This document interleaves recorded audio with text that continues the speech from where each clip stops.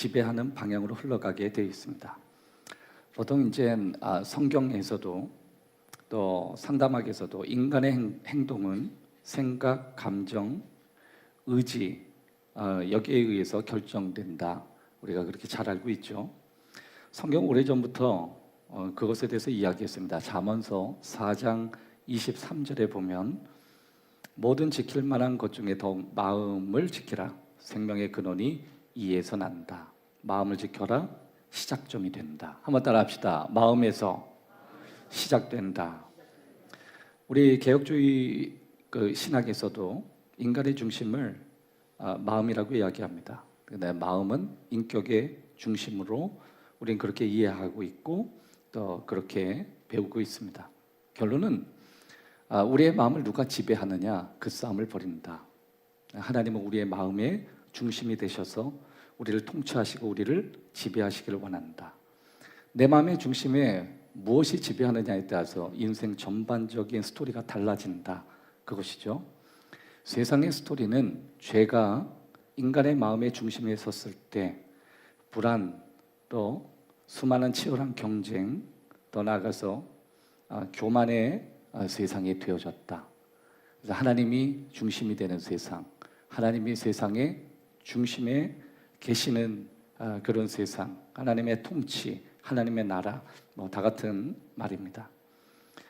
죄가 다스리면 우리에게 불안이 찾아오고, 세상이 다스리면 경쟁이 있고, 자아가 다스리면 교만해집니다.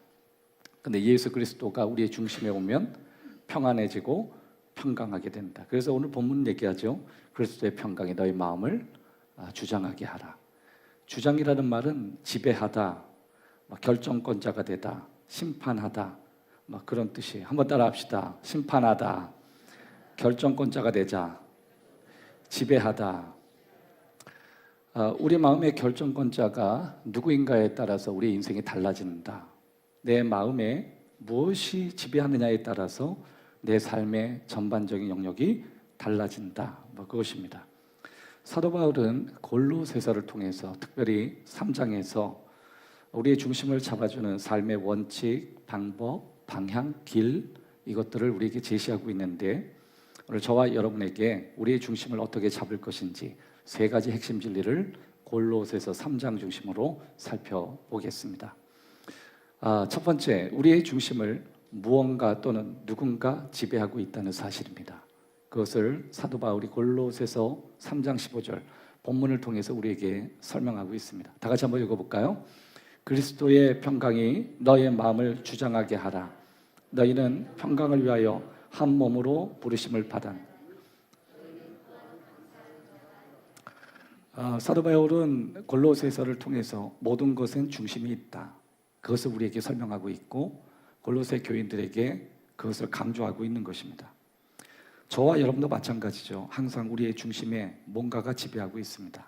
사도 바울은 주장이라는 단어를 썼는데 이 주장이라고 하는 헬라어는 브라비오라고 하는 헬라어인데 이것은 통치하다, 다 같은 영역으로 쓰여지는 단어인 것입니다. 주장하다, 결정하게 하라, 지시하게 하라, 최종 결정을 내리게 하라, 다 같은 번역으로 그 번역이 가능합니다. 이것도 한번 따라할까요? 결정하게 하라, 지시하게 하라, 최종 결정을 내리게 하라. 그게 주장하게 하라. 그렇게 여러분들이 가능한 번역이고 갈 수 있는 안전한 번역입니다.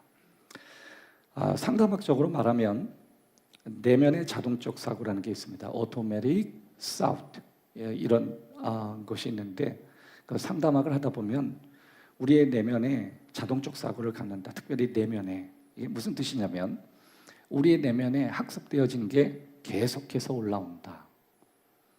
여러분이 원하든 원치 않든 학습되어진 것 내면에 자동적으로 올라온다. 이게 이제 내면의 자동적 사고입니다. 이것은 여러분이 꼭 기억하셔서 신앙생활 할 때 왜 내가 계획되지 않은 생각들이 자꾸만 올라오고 마음 먹지 않은 것들이 순간순간 생각의 방법으로 나한테 올라오는가라고 할 땐 기본적인 학문에서도 내면의 자동적 사고라고 하고 성경에선 우리가 내면이 가지고 있는 이 생각이다. 그렇게 우리가 이해하면 되는 것입니다. 예를 들어서 자신의 부족을 계속 생각하거나 다른 사람이 나를 향해서 무시하는 것에 대해서 깊이 몰입하기 시작하거나 아니면 잦은 실패 때문에 다음에도 또 실패할 거라고 생각에 깊이 몰입되어 있는 사람들이 그 중심에 그 생각이 들어오게 되고 그러면 그 감정이 흔들리고 그 다음에 그것이 대인관계에 영향을 주게 되는 것입니다. 대체로 내 마음에 무엇이 다스리고 누가 다스리냐에 따라서 내 건강 상태도 달라지고 심지어 심혈관 질환에 있는 사람들이 병원에 가서 치료를 받을 때 의사가 의료적인 이야기가 아니라 상담적인 이야기를 자주 하는 걸 아마 여러분들이 아마 경험하셨을 거예요. 의사가 뭐라 그래요? 스트레스 받으시면 안 됩니다. 그건 사실 카운셀러들이 하는 말이지 약 주는 의사가 하는 얘기는 아닌데 약을 주면서도 그 약의 효과가 있기 위해서 마음의 중심에 무엇이 지배하느냐가 중요한데 약의 효과가 극대화되기 위해선 당신의 중심에 평강이 있어야 됩니다. 스트레스 받으면 안 됩니다. 약 가지고는 안 됩니다. 막 그것입니다. 그래서 의사들이 가면 항상 그러잖아요. 스트레스 받으시면 안 됩니다. 환자가 뭐예요?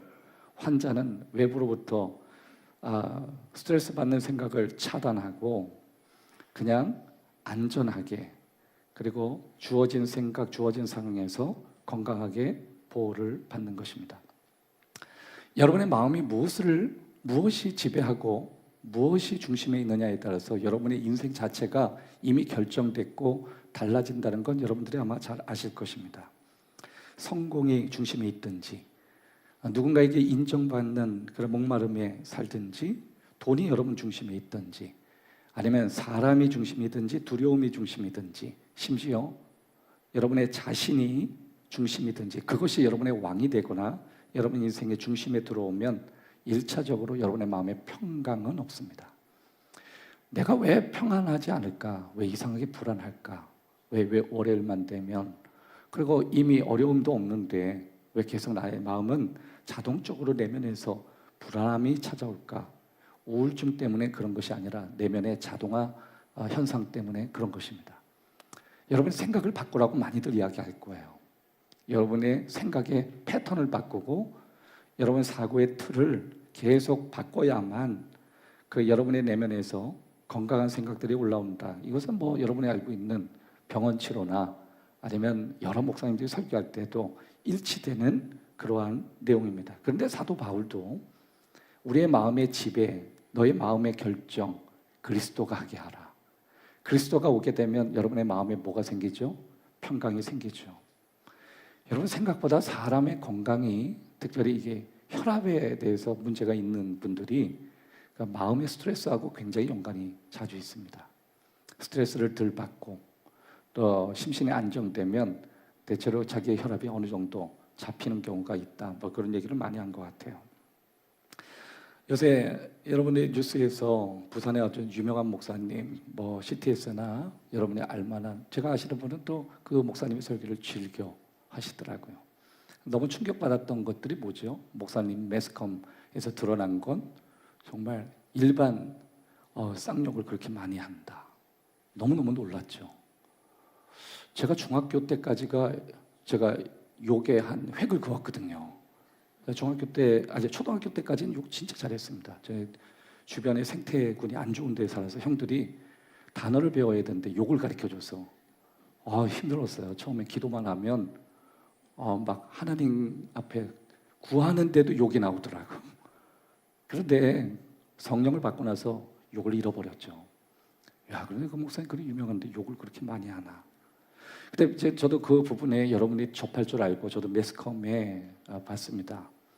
다른 사람이 넘어지거나 다른 사람이 좋지 않은 모습이 저희 어떤 거리가 되기를 바라지 않고 또 그걸 통해서 우리가 어떻게 비평하고 평가해야 되느냐 생각을 할 때 1차적으로 마음이 아프다. 한국교회 자산이고 많은 사람들에게 영감을 주고 심지어 그 교인들을 향해서도 위로의 마음이 생겼습니다. 근데 JTBC인가요? 거기에서 왜 그 목회자가 그렇게 됐는지 일반 매스컴에서 평가를 하는데 엘리트 목사다. 그리고 수많은 주변 교회에 경쟁이 있다. 그 성공에 대한 압박감이 그를 그렇게 망가뜨렸다. 정확히 봤습니다. 그분은 처음에는 중심에 예수님이 계셨을 것입니다. 사람이 있지 않았을 거고 근데 시간이 흘러가니 사람이 그 중심에 들어오기 시작했고, 그분이 그런 분이라고 저는 생각하지 않아요. 그런 실수를 했고, 그래서 정말 오랜 시간의 회복이 필요하실 거고, 그의 중심에 예수님이 다시 들어오시는, 다시 중심에 예수님이 지배하시는 영역까지 정말 많은 쉼이 필요하고 많은 기다림이 필요할 것 같다라는 생각을 하게 됩니다.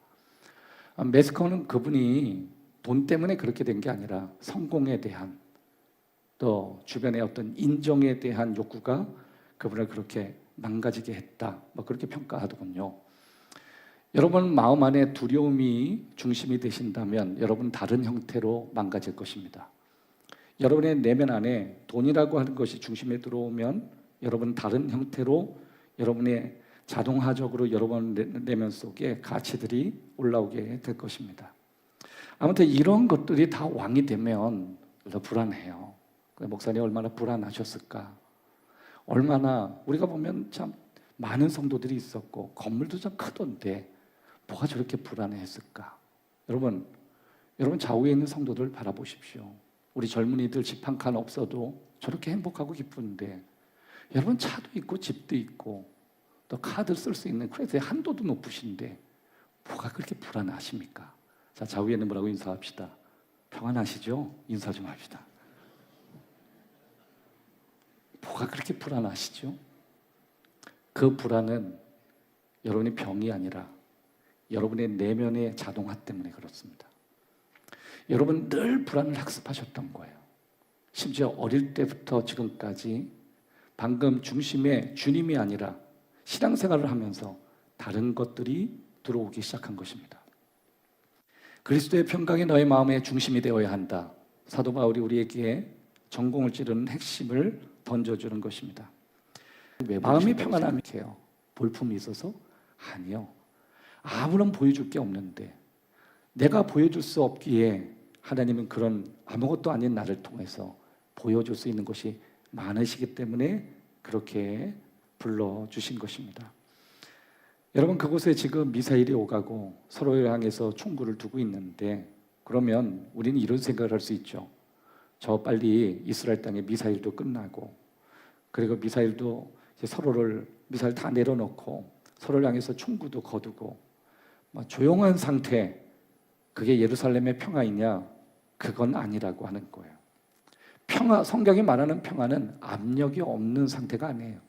성경에서 말하는 평화는 스트레스를 받지 않는 상황이 아니에요. 소음이 없는 게 성경이 말하는 평화가 아니에요. 한번 따라 합시다. 하나님의 평화는 스트레스도 받고 소음도 일어나고 갈등도 벌어진다. 그런데 하나님의 말씀하시는 건 그럼에도 불구하고 질서가 세워진다, 그거예요. 여러분 이스라엘 땅에서 우리가 기도해야 되는 건 전쟁이 멈추기 이전에 하나님이 중심이 되면 질서가 잡히고, 질서가 잡히면 그 모든 것에 대한 갈등이 사라지는 것입니다. 여러분 여러분의 삶에 지금 뭔가 혼란스러우신 분들 계시죠? 뭔가 손에 안 잡히고 방향이 안 잡히고, 이게 집이든지 직장이든지 제대로 되는 게 없고 어지럽다라고 하시는 건 질서의 문제입니다. 질서는 중심에서 와요. 한번 따라 합시다. 질서는 중심에서 온다. 그래서 하나님이 우리의 중심에 오면 질서가 잡히게 돼 있어요. 하나님이 중심이면 모든 것이 제자리로 가고, 하나님이 중심에서 오시면 모든 것이 흩어지게 되는 거예요. 그래서 우리 기독교는 계속 하나님 중심을 이야기하는 것입니다. 계속해서 여러분의 중심, 여러분의 삶을 다스리고 여러분이 결정하는 그 지침이 다 하나님, 예수 그리스도가 하게 하라. 예수 그리스도를 의식하면서 하게 하라. 예수 그리스도의 영향 안에서 하게 하라. 그것이 너희의 중심이다. 그렇게 말씀하고 계시는 것입니다.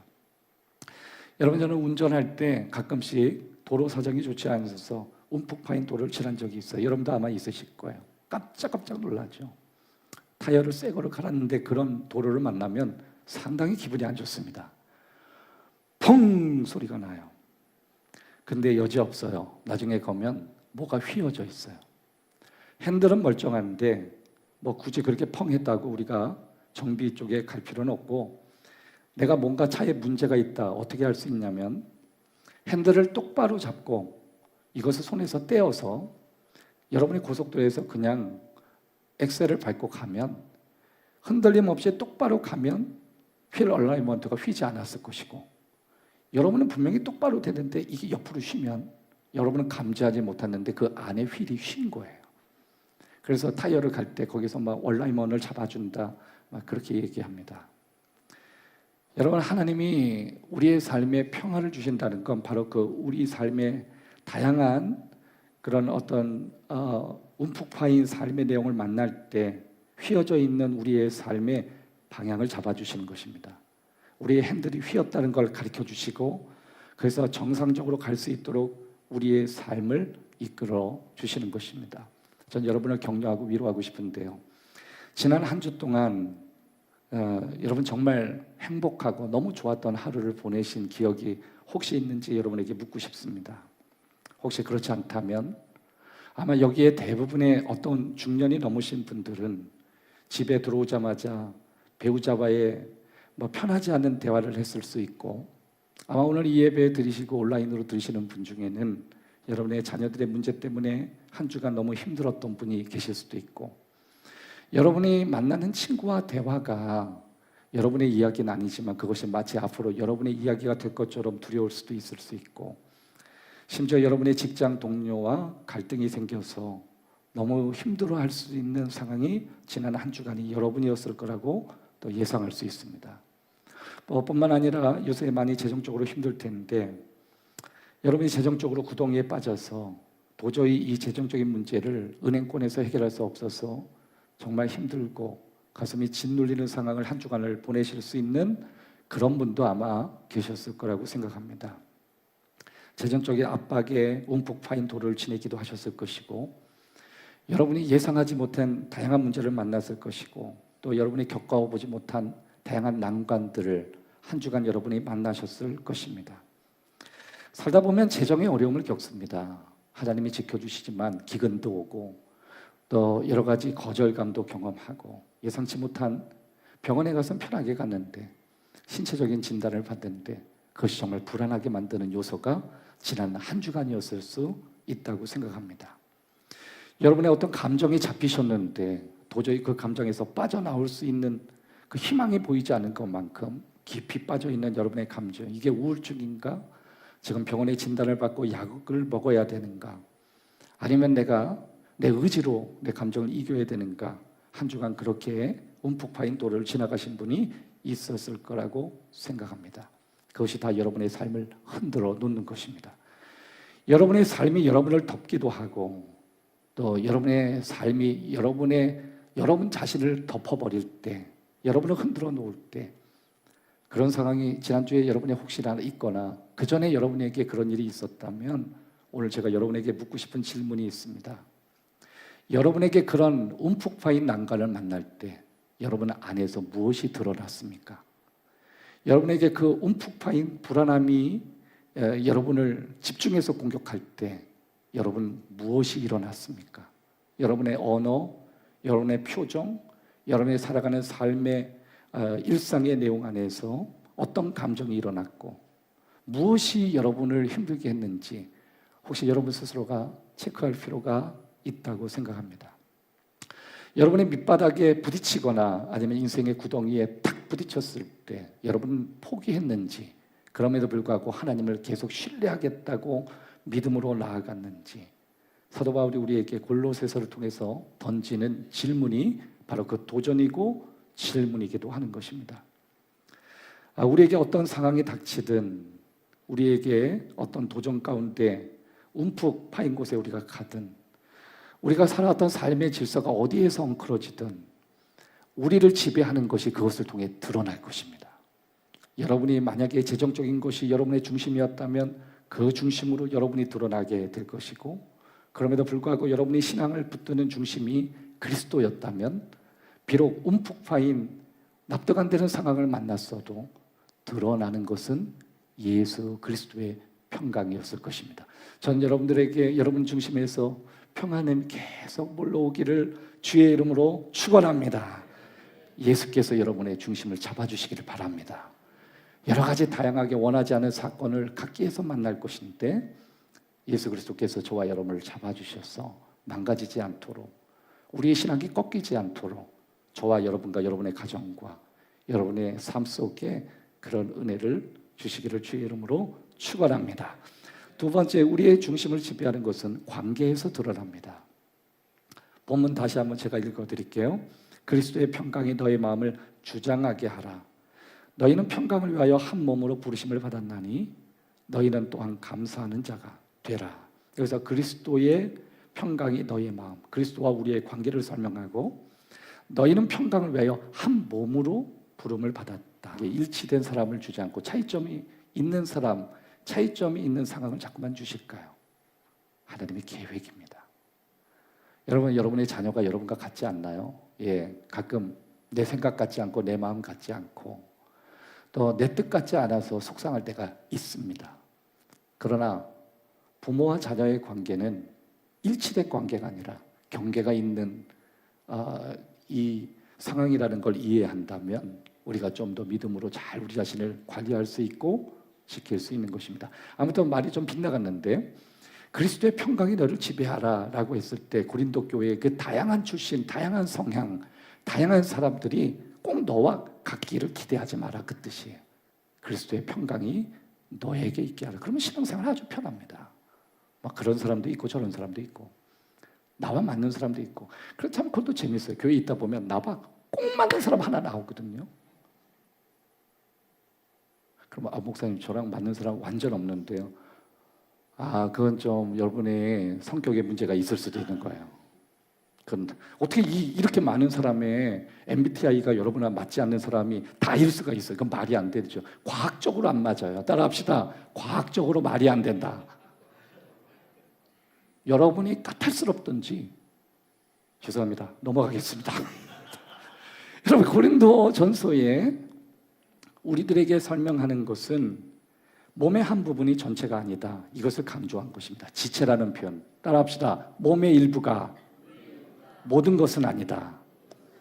이 뜻이 뭐냐면 하나의 부분이 모든 걸 할 수 있다, 이 뜻이 아니라는 거예요. 지체는 지체일 뿐이라는 거예요. 부분은 부분일 뿐이라는 거예요. 이것이 온 한 덩어리로 보지 말라는 거예요. 하나님은 그렇게 의도하셨다 설명하고 계시는 것입니다.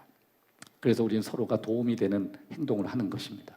서로를 돕기 위해서 이 자리에 온 거예요. 서로가 부족한 점을 돕기 위해서 차이점을 주시는 것입니다. 골로새서 3장 13절, 누가 누구에게 불만이 있거든 서로 용납하여 피차 용서하되 주께서 너희를 용서하신 것 같이 너희도 그리하고. 누가 누구에게 불만이 있거든, 이건 골로새 교회에서 일어난 사건입니다. 골로새 교회가 어떤 교회죠? 예수님이 십자가에 못 박히신 지 얼마 안 돼서 세워진 교회입니다. 아직도 예수님의 십자가가 그 뜨거움이 남아있는 상황에서 지금 서로가 서로에게 불만이 생긴 것입니다. 불만이 있거든, 이 뜻은 다른 말로 누군가에게 결함을 보거든, 그 뜻입니다. 인격적 결함을 본다든지 아니면 그 사람의 가치의 결함을 본다든지 서로 용납하라. 이 뜻은 뭐예요? 하나님이 우리를 완벽하게 완전하게 만들지 않았다, 그것을 사도 바울이 인정한 것입니다. 완벽한 부모는 없습니다. 동일한 완벽한 자녀도 없고요. 완벽한 교회도 없습니다. 세상에 완벽한 건 아무도 없습니다. 하나님 우리를 완벽하게 지으지 않으셨습니다. 세상에 완벽한 건 하나님 한 분이십니다.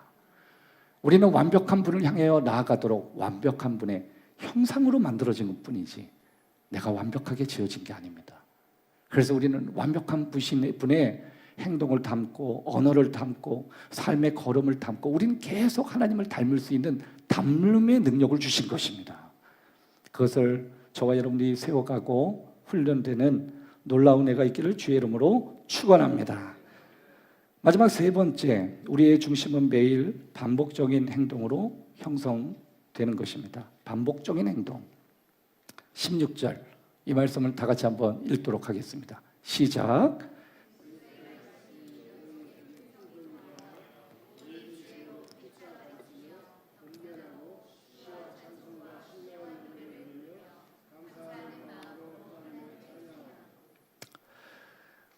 그리스도의 말씀이 너희 속에 풍성히 거하게 하고 지혜로 피차 가르쳐 권면하고 시와 찬송과 신령한 노래를 부르고 감사하는 마음으로 하나님 찬양해라. 선택해라. 너의 삶에 무엇이 지배해야 될지. 그래서 이 16절은 우리 삶에 굉장히 건강한 영양분을 주는 내용들을 설명하는데 이게 다 하나님과 연관되어 있는 내용인 거예요. 여러분, 대통령도 지난주 제가 말씀드렸죠. 대통령도 불안하면 성경 들고 통독하기 시작한다고. 그리고 대통령도 시국이 불안하다 그러면 감옥 안에서도 하나님이 당신들을 지켜주기를 그런 얘기 하시더라고. 아무튼 대통령이 들어가는 걸 옳다라고 생각하시는 분들에게 제 이 말이 편하지 않을 수도 있지만, 또 반대적으로 세상에 있는 많은 종교를 가지고 있는 사람도 전부 하나님을 중심에 가지고 옵니다. 그러니까 우리의 삶의 이 중심이라고 하는 건 그만큼 우리가 선택해야 되고, 그리고 그것을 이해해야 된 삶의 모습이라고 생각하는 것입니다. 우리가 우리의 중심 안에 그리스도의 평강을 가져온다는 것은 여러분의 어떤 삶의 패턴이나 과거에 했던 행동 때문에 여러분이 지금의 모습이 형성되는 게 아니라는 걸 반드시 기억하십시오. 지금이 여러분에게 이 불안한 요소가 되고 마음에 혼란스럽고 자리를 못 잡는 건 과거의 패턴의 문제가 아니라 지금의 여러분의 행동이에요. 그래서 이 심리학자들이 이런 얘기를 했습니다. 현재 행동이 계속 반복되는 순간 우리의 중심의 불안함이 사라진다 그랬어요. 그거는 골로새서에서 우리에게 얘기하는 내용하고 너무 일치합니다. 왜냐하면 방금 여러분에게 16절을 읽어드렸는데 그리스도의 말씀이 너희 속에 풍성히 거하여가 뭐냐면 다 현재입니다. 지금 너희의 삶에 풍성히 거하여 지혜로 가르치고 권면하고 부르며, 이게 다 현재형으로 돼 있어요. 무슨 뜻이에요? 매일매일 현재적인 삶에서 반복을 계속하라, 그 뜻이에요. 지금이에요. 과거가 여러분에게 영향 주는 게 아니에요. 지금 여러분이 그렇게 하고 있는 거예요. 지금만 달라지고 지금이 반복되면 반드시 달라집니다. 행동의 교정은 과거를 뉘우치는 게 아니에요. 오늘의 행동의 반복이에요. 그러면 어떻게 하면 우리가 우리의 내면의 반복적인 지금의 행동을 바꿀 수 있을까? 골로새서가 우리에게 설명하는 세 가지를 여러분한테 강조하겠습니다. 이것을 여러분이 잘 패턴화시켜서 매일 강조하시면 지금보다 훨씬 더 혼란스럽지 않고 안전한 월요일이 될 것입니다. 첫 번째, 내면을 채우십시오. 여기 앞서 말씀드린 것은 저와 여러분의 내면을 채우는 지금 하는 방식입니다. 하나님의 말씀이 우리를 채워야 하는 것입니다. 하나님의 것이 지금 채워지지 않으면 지금의 것이 다른 것으로 채웁니다. 여러분 한번 생각해 보세요. 하나님께 찬송하고 하나님께 예배하는 지금이 여러분의 중심에는 하나님이 계실 거예요. 그런데 여러분 한 주간 동안 삶을 보면 우리가 부인할 수 없는 삶이 SNS, 소셜미디어에 마음이 가 있죠. 뉴스, 또 수많은 사람과 약속, 내가 그렇게 경로를 잡아주는 거예요. 이거는 믿음이 아니에요. 이건 선택의 문제고 이건 내 인생의 결정의 문제인 거예요. 여러분 젊은이들 잘 되길 원합니까? 원망하지 마세요. 감사하십시오. 여러분의 상황에 감사하면 살아납니다. 여러분의 감사를 계속 자극하고 언어화를 연습하면 인간이 가지고 있는 면역체계도 한 15%가 올라간다 그러잖아요. 보건학에서 나오는 통계치인데 한 15% 정도가 굉장히 좋아진다 그래요. 여러분 플라시보 효과도 아시지 않습니까? 플라시보 효과가 뭐예요? 거기에 설탕물 주고 약 넣고 둔다 약이라 그랬는데 좋다고 하고 그것을 계속 효과를 봤다고 학습하니까 설탕물도 효과 받고 그리고 약도 효과 봤다. 효과는 같더라. 무슨 뜻이에요? 심리적인 지표를 얘기하는 거예요. 하나님 나 지켜주신다. 하나님 보호해 주신다.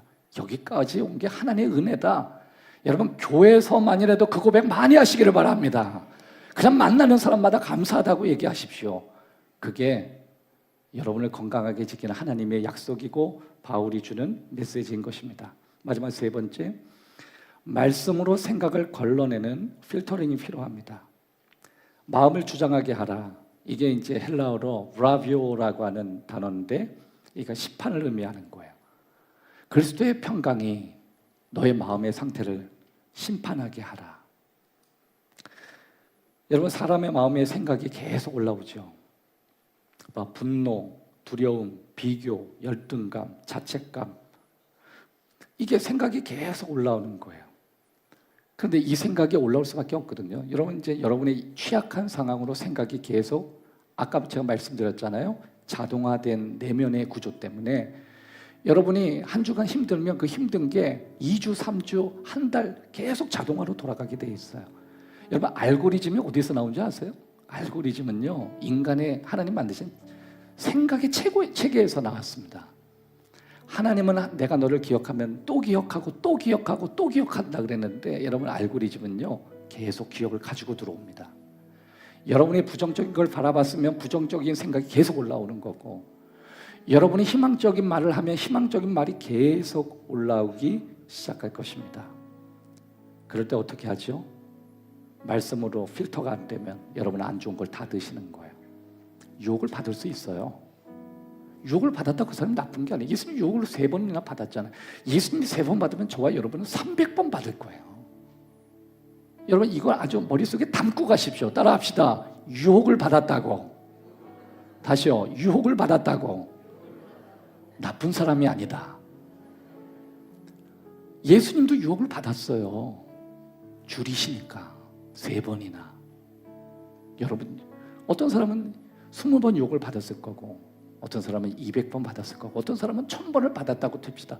그게 여러분이 나쁘다고 얘기하는 게 아니라 여러분이 약하다는 거예요. 무언가 여러분 채워야 되는 거예요. 그 채워진 말씀으로 다 걸러내셔야 돼요. 오늘 말씀을 듣고, 그 전에 제가 저희 교회는 인터넷을 전문적으로 이렇게 필터해 주시는 분이 없기 때문에 그냥 보실 분은 보시고 아니면 아니라 거의 신경 안 씁니다. 저도 처음에 구티비에서, 구티비 지금 본부장님이 계속 전화가 와요. 목사님 유튜브에 있는 거 구티비에서 가져가서 방송으로 내보내겠습니다. 그래가지고 내가 깜짝 놀랐어요. 왜 그러냐면 중간중간 내가 하고 싶은 말 다 하거든요. 지난번에는 제가 설교했는데 제가 충신대에서 상담학을 했는데 저희 대학원 교수님이 저한테 연락이 왔어요. 근데 못 들어본 목소리인데 낯이 있는데 서목사 그러더라고요. 그래서 누구세요? 그러니까 내 이름도 잊었나? 그러시더라고요. 그래서 누구신데요? 그러니까 네 은사다 임마 그러시더라고요. 그래서 어쩐 일이시냐고. 네 설교 듣고 있다 그러시더라고요. 와, 그 다음부터 설교도 가려서 해야겠다 이런 생각이 들어요. 그러니까 참 교회가 이렇게 조회수가 많지 않다는 게 저는 굉장히 자유스러운 것 같아요. 유명한 분 설교는 유명한 데 가서 들으시고, 우리 행복한 교회 교인들 여러분, 제가 잘 준비해서 오니까요, 잘 들으시고, 또 그냥 막 올려요. 너무 길면 보지도 않으니까 막 통으로 듣지도 않고 자르고, 들으실 분 드시고. 그러니까 주간에 복습하시고, 또 이렇게 말씀 잘 적으셔서 꼭 보십시오. 저 준비해서 온 거니까 잘 보시고. 어떤 분은 진짜 열심히 적어. 근데 충격받았잖아요. 여자 화장실에서 그 쓰레기 돌아다니는데 많이 적으신 분이야. 아니, 많이 적으면 뭐예요? 읽으셔야지. 많이 적으시고 읽으셔서 여러분 가정이 바뀌십시오. 행복하십시오. 3가지 질문으로 여러분에게 도전하고 마치겠습니다. 여러분은 필터할 수 있는 3가지 질문인데 한 주간 이 질문을 스스로에게 하고 도전해 보십시오. 첫 번째, 내가 그리스도인으로 이런 말과 행동을 하는 게 맞는가? 한번 필터하는 겁니다. 내가 맞는가? 그런데 목회자들이 이런 필터가 흐려질 때가 있죠. 저도 인간인지라, 죄인인지라. 앞서 저도 뭐 다를 것 없는데 그렇게 유명하신 분이 그렇게 해서 입에도 담기 어려운, 잊어버릴 그런 쌍욕들을 그것도 사랑하는 교육자들에게 했다는 것 자체가 뭐 용서하고 용서받는 걸 떠나서 저렇게 망가졌나 싶은 속상함도 있고, 또 복잡하다 이 생각을 갖습니다. 그 목사님이 그런 분이라고 저는 생각하지 않아요. 많이 망가졌고, 그것이 이제 그분이 너무 지쳤고, 나름대로 그분 또 하나님께 일으켜 세워주지 않겠어요. 우리는 다른 교회에 관심 갖지 맙시다. 그냥 우리도 바쁘니까 여러분 그냥 가정 평안하게 잘 지키시고 여러분 보호하십시오. 2번째, 내가 말하는 것과 표현하는 곳에서 예수님을 반영하고 있는가를 물어보십시오. 예수님이 느껴지는가? 내 언어, 내 목소리 톤에서도 예수님이 느껴지는가? 세 번째, 지금 내가 내리는 결정이 예수님을 드러낼 수 있는가? 아니면 예수님과 전혀 반대된, 예수님이 지금 내 상황에서 이 결정이 예수님의 결정일까? 아니면 예수님이 야, 이 녀석아, 이런 결정을 하니 이 녀석아, 그런 결정인가? 이 세 가지 질문을 해가면서 세워가시면 여러분의 마음을 하나님이 다스리는데 더 가까이 가게 될 줄 믿습니다. 평안하십시오. 기도하겠습니다. 살아계신 아버지, 오늘 우리를 세워주시고 일으켜 세워주시며 하나님의 자녀로서 세상에 휘둘리지 않게 하시고 안팎으로 혼란스러운 세상을 만났습니다. 세계 온 나라 예수님이 얘기한 대로 난리와 난리의 소문이 세상에서 일어나며 또한 교회조차도 다를 것 없이 여러 가지 영역의 공격을 받고 여러 가지 우리를 혼란스럽게 하는 세상의 가치들이 있지만 그럼에도 사랑하는 성도들과 말씀을 전하는 우리 자신도 그리스도가 중심이 되며 주님이 내 삶을 다스리기를 끊임없이 반복하게 하시고